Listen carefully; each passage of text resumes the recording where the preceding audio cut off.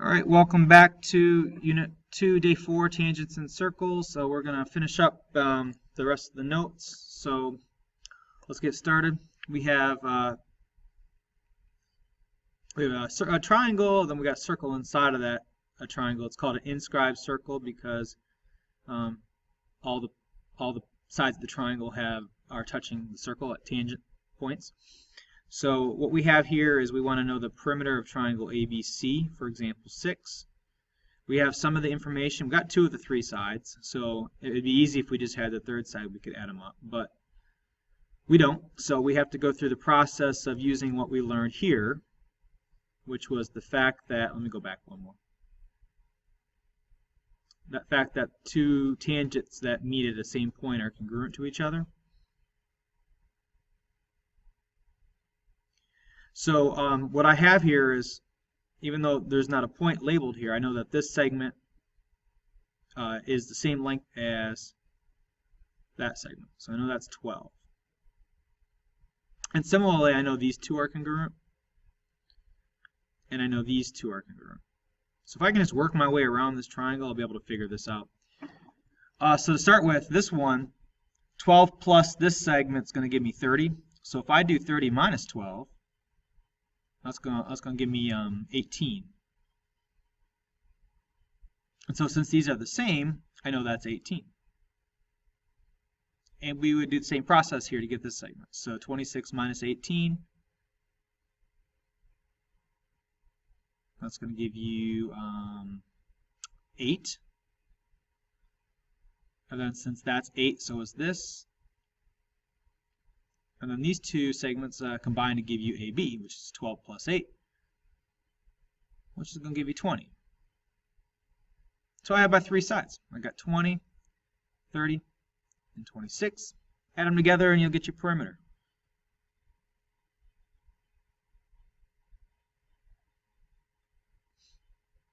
That's going to be 50 plus 26, so we're looking at 76.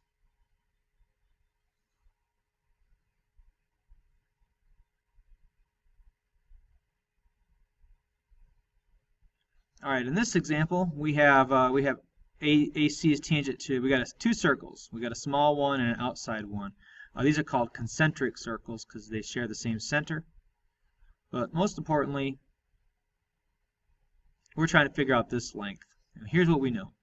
The radius of the small circle is 8. So if I take an imaginary, if I draw that line from the center to that point, that's a radius. I can make an 8. The nice thing about doing it there is I can make a right triangle. I can make a right angle there. And then the large circle being 10, I can connect that to point C or A, and now I formed a right triangle. The hypotenuse is going to be 10. So if we do x squared plus 8 squared equals 10 squared, you can solve that for x. So x squared plus 64 equals 100. And we did this earlier with 64 and 100. So that's going to give you 36. When you square root that, you're going to get 6. Now be careful here because 6 is not the answer. 6 is this part. These 2 are congruent to each other. So that's going to be 6 as well. And the whole thing will end up being 6 plus 6.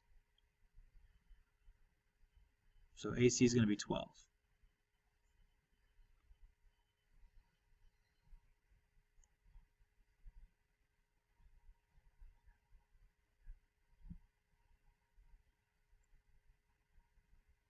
All right, now here's where the secants come into play. We got lines going through 2 points of the circles. This is going to give us some angles and some sides. So we'll start with the angles first. There's a special formula you need to know with this one. We call this the small arc.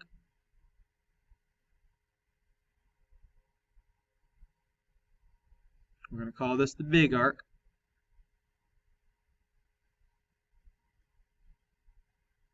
And these are arcs too, you know, the one at the bottom and one at the top. But the thing with these arcs are they are facing, you know, in the direction of the angle. So, you know, you don't want to look at any other arc that's not with inside of this angle. This is the big arc and the small arc in relation to where this angle is here.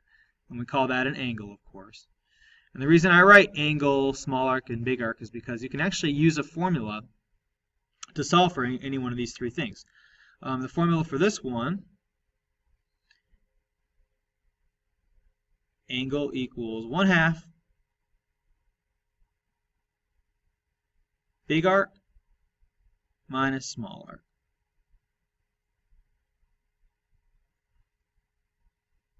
All right, that's one you want to know and circle and memorize. So big arc minus small arc divided by 2, 1/2 big arc minus small arc.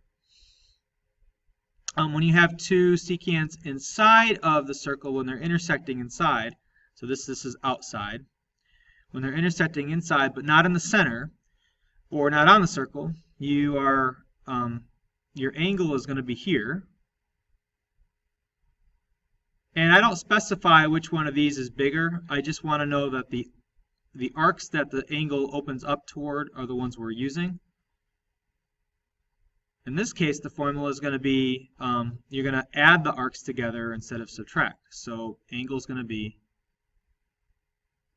1/2 arc plus arc.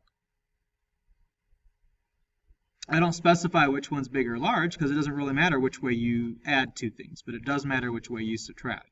You don't want to have a negative angle, so you want to do the big minus the small for that one. So memorize this one. This is inside here.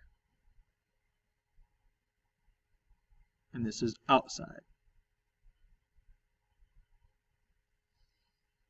Inside and outside. Inside you add, outside you subtract. And let's go through this example here. All right, in this problem, x is the angle I want. It is facing the 146 and the 56-degree arc. So those are my arcs. Since it's inside, we want to use this formula over here. And we want to plug in everything we have. So my angle is going to be x. My arc and arc are 146 and 56.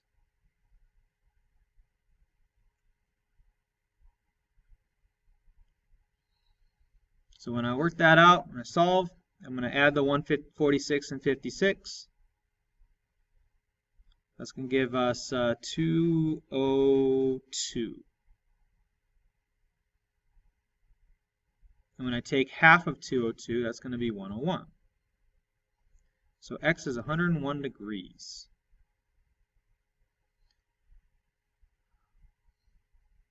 This has an angle outside, so we're going to use this formula.